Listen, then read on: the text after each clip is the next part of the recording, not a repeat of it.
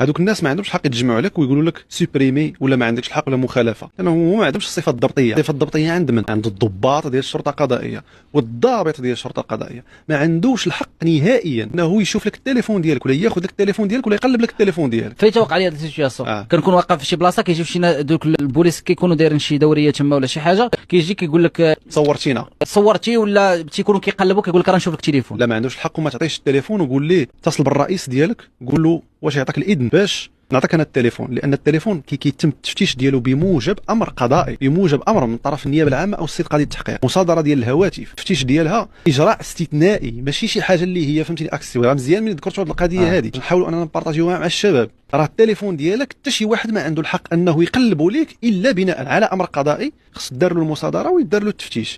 يعني بوليسي، دوريه، شرطي عادي، شرطي المرور الى اخره، يجي عندك يقول لك صورتيني ولا شي حاجه، يقول له اسمح لي ما عندكش الحق، انا راه ما صورتش هاد لابارتي.